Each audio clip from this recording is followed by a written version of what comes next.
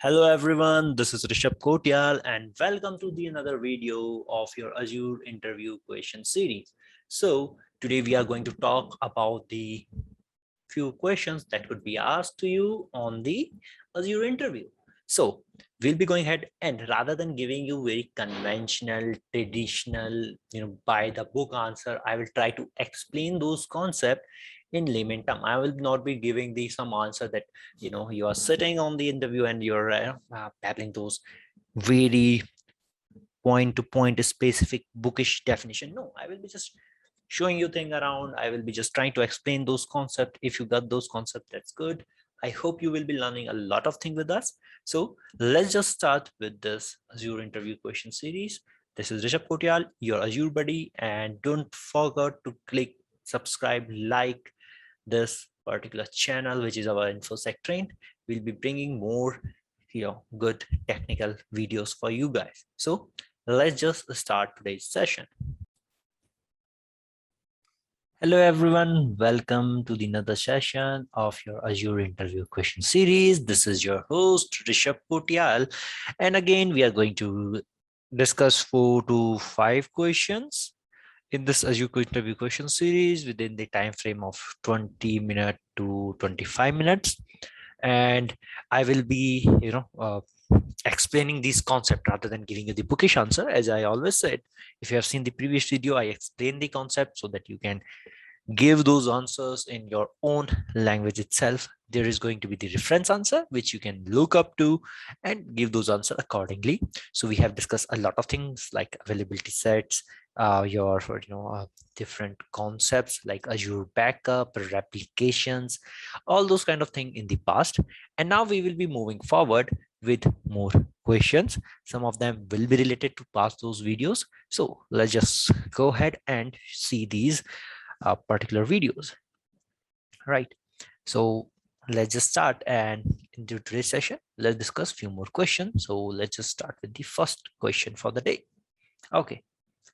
Now, how will you differentiate between the managed disk and unmanaged disk? So first of all, if you have created the virtual machines and played around with the disk, we have already discussed operating system disk and your data disk, that what should be their capacity in past videos. And now we'll be talking about the managed and the unmanaged disk.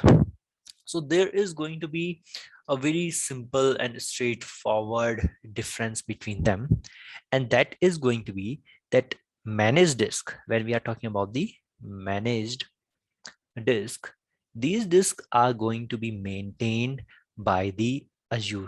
Okay, so Azure is responsible for maintaining these disks, the data in there, giving the high availability in there, and managing all the things. If anything is happening, that would be that.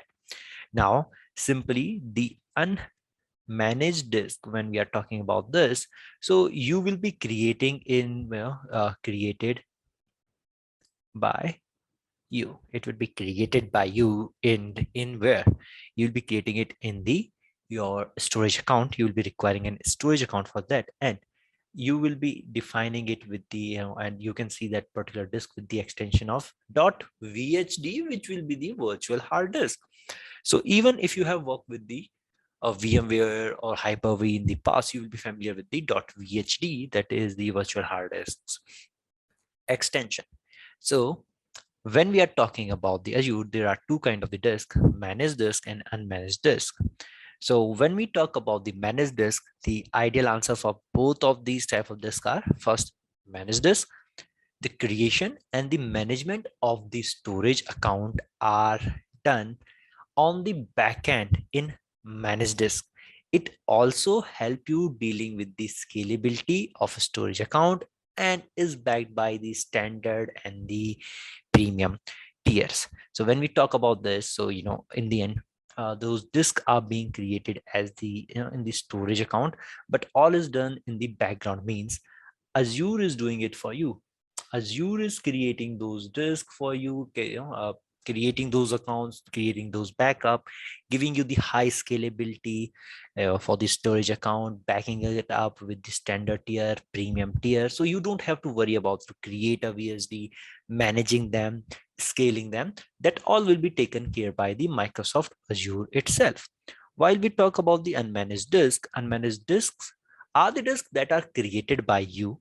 Okay, so the same thing that which I was highlighting in the storage account and also managed by you. So both the things are done by you, and you cannot exceed the storage limit above the 20K IOPS. Okay, while adding the many disks, more disks to there, so you cannot exceed these limiting this storage limit over there. In the Azure managed disk, you don't have to worry about that. Right now, many of you will be thinking, I actually interact with the few candidates who don't know that where this option is. So what I'm going to do is I'm going to show you this in the bit in the portal as well, so that you can see that where this option is actually. So let's just start with that first. Okay, so this is your Azure portal. Right now, I am creating a virtual machine where you can see the basic, and in this disk category, if you simply see that, no option is saying that manage disk or anything right now in your screen. And that's why many candidates, they miss this point, that where is that particular option of getting this disk. So there you can easily see that this is the disk networking. If this is the management option, you will simply go in the next, doing the next thing. Right now you can see my operating system disk type is premium SSD. Encryption is going on by default, and few more feature of adding the data disk in here. But if I go with this drop down of advanced options, here you can see that by default this using managed disk is automatically checked. Now when this is automatically checked means I'm not getting any option to create an unmanaged disk. So once I will uncheck this one, it will be giving me the option to now it is giving me this option of a storage account. If again I check this one, you can see that there is no option for the selecting the your storage account. So again I go ahead, I check this box, and here I can just go ahead right now, because I haven't selected the region or anything, I'm not getting the option, and I can go ahead simply and create a new storage account if I want. Okay, in here, and in there I can define this virtual hard disk in there, and selecting its replication, everything, and performance. You can see that I'm selecting the premium tier here. So when you can change the storage account kind as well, what kind of the storage account you want. The storage account general purpose v1, which we call GPv1 or GPv2. Okay, so this is the one thing. Okay, now when we are talking about this whole scenario, okay, so I think now you got the point where you can find this manage options, manage disk option. Okay, so this is the difference between the managed and unmanaged options.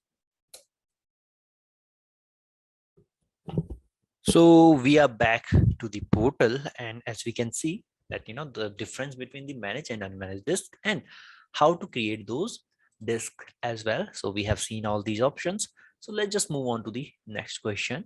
So next question is talking about define what is Azure Site to Site VPN, and I will be giving you a bit of the bonus in here from my end. That would be, if you have heard about the point to site, right? So if you are thinking about that as well, so we'll be talking about this. So before I start explaining this, I hope you guys are familiar with the VPNs in general, that they are going to create a tunnel connection between the two your sites, or between of your on-prem to a client or a user, or on-prem to your another on-prem associate your office, right? So that is going to be in there. So first of all, you should be very much clear that what is a VPN, and now we will be talking about that what is a use site to site VPN and point to site VPN. So for first of all, let's just take an example that in New York, you are having one of your on-premise office. This is your main office where all your team, main head office, they are sitting over in the New York. Now, let's say that in future you have opened a particular branch in your London, right? And in the London, now you have another branch. Okay, and I'm right now talking about your normal physical data centers. I'm not talking, taking Azure into the account right now. Now, what you want both of them to communicate. So internet connection is a public network, right? And we are going to consider that it is not secure. Apart from this, you want to communicate between them. You want a very simple thing like the user who are sitting here and the users who are sitting here, whenever they access each other's resources, they have to go through the public network, then they have to access each other's resources over the public network. And this will be making, this will be forcing these sites to expose their uh, resources to the public network, right? But you want a secure connection between both these sites. You will be using the VPN, which will be creating a private tunnel between the two using the public network, means using the internet. So if there was internet, using this internet, you will be creating a tunnel which will be completely encrypted, encapsulated, hiding your data, and even using your public network like internet. The communication between the two will be secure. You will be using multiple protocols like IPsec v1, IPsec, IKE, IKV1, IKV2. Those are some of the protocols that you can use, right? So this is the one way. And when you will be connecting the both of them like this, so what these can do, they can communicate with each other. Once VPN connection is established, both these sites can communicate with each other like they are sitting on a LAN, like a local area network, and communicate with each other on the your private IPs as well. So this is the your simply point your site to site, right, connection. Like this is the site 2, which is connected with the site 1. Now similarly, your users are traveling all around the globe, right, for the business purpose or anything. So the individual users, when they are using their individual laptop and they want to access something on the on-premise, so again you want, what they have to do, they have to go again over to the internet to connect to this site. Now, to securely communicate the data between them, again you will be creating a tunnel, right? And using this tunnel, they will be securely communicating with each other. This would be your point to site VPN connection. Okay. Once you understand the point to site and site to site, now we just need to switch it to in the contrast of your Azure. Now, let's just go first of all with the Azure site-to-site VPN's definition, that Azure site-to-site VPN will assist you in linking with on-premise network to Azure Virtual Network over an IPsec, IKE, either IKV1, either IKV2 VPN tunnel. Okay, means simply you have your resources on the Azure. Now from your on-premise, let's say that it is again your New York's on-premise, head office. And from here, you want to access your Azure. Now you want this communication to be completely private over the internet and secure as well. So you will be creating a Azure VPN, right, which we call virtual network gateway. In as a resource, it will be for identify as the virtual resource network. So this is your Azure cloud where your resources are, and you have created, and you will be creating a particular VPN where all the communication will be completely encrypted site to site using the either IPsec or IKE VPN tunnels. And this connection essentially demand a VPN device with public facing IP address allocated to it. Means on your New York office, you will be requiring a very specific VPN enabled device using which, usually you'll be requiring a device which can do the routing, local NAT routing, like we have the Cisco routers and all those kind of things which can understand the VPN connection. You need to assign it a public facing IP address as well. And why we require? Because all this communication is happening over the public network, and to connect a public network, you will be requiring a public facing IP address, which you will be allocating. And then using this, you will be connecting to the your Azure cloud, and all the communication between your Azure cloud and your on-premise will be completely encrypted and secure. And similarly, in this Azure VPN, virtual network gateway, give you one more option, that is the your client to site. And again, you can choose your different tiers, SKU, that what kind of the VPN connection you want, and you can establish different links tunnel for point to site connection, P2S, I'm short writing it. So to establish the communication between the simple user as well, you have that option as well, that you can establish a site to site connection as well as point to site connection using the Azure VPN, Azure Virtual Network Gateway, right? So this is the your VPN. Now, let's move to the next question, which will be related to this, that how will you configure the static public IP address to VPN gateway, right? We are talking about this VPN gateway. So if you have launched this one, you will be identifying that when you're launching it, it will be asking you for a public IP address, that I will be your Azure VPN also wanting a VPN, a public IP. Why? Because it want to communicate, right? And you want this IP address to be static. You don't want to change it. So is there any way? So and this is a kind of a tricky question. You can see more of the conceptual one. So in simple, Microsoft doesn't uphold this concept, right?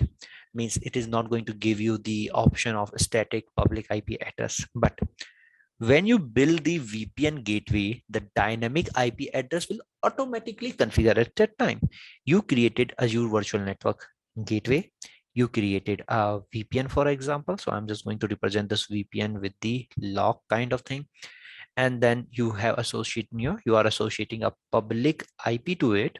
Now this public IP will be a dynamic IP address in general, but this is not going to change. Okay, so dynamic IP address will automatically configure at that time, and that will change only when you delete or recreate the VPN gateway. So in case only when you are deleting this VPN or recreating this VPN one more time, at that time only the IP address will change. And if you are still working with the same IP address, it is going to have the same IP, public IP address. So you can simply say that, okay, the IP address which I am having, it is kind of your static IP address. So simply, if an interviewer is asking you the question that, can you configure a static IP address in Azure VPN, you can simply say, Microsoft is not upholding this concept or not allowing this, but thing is that when we will be creating a VPN, a dynamic IP will be assigned to it, and that dynamic IP address is going to have the same IP address unless we delete that VPN or we just recreate that VPN. Up to that point, the IP address is going to be same. Okay, so this is how you'll be answering this question. Now let's move to the another question, which is, what is the command to retrieve the state of any VM? Okay, so if you have seen, so I think this was in the very beginning in this series that I talked about the different states of the VM, like start, starting, stopped, stopping, stopped, right? Deallocating, deallocate, right? Those kind of these states are there. And I want to get that, what is the status of my um, VM in there, right? So what commands you will be writing? So we'll be using a PowerShell command, Okay, so to command to get this one, if you guys are familiar with how to write the command, so get Azure RM VM, then your resource group name, then whatever the name of the resource group, you have to put it here. Then name which VM you want to get the your particular status. What are the which VM's status you actually want? So that is going to be their resource group name. And okay, so in personally, if you will ask me, this one, okay.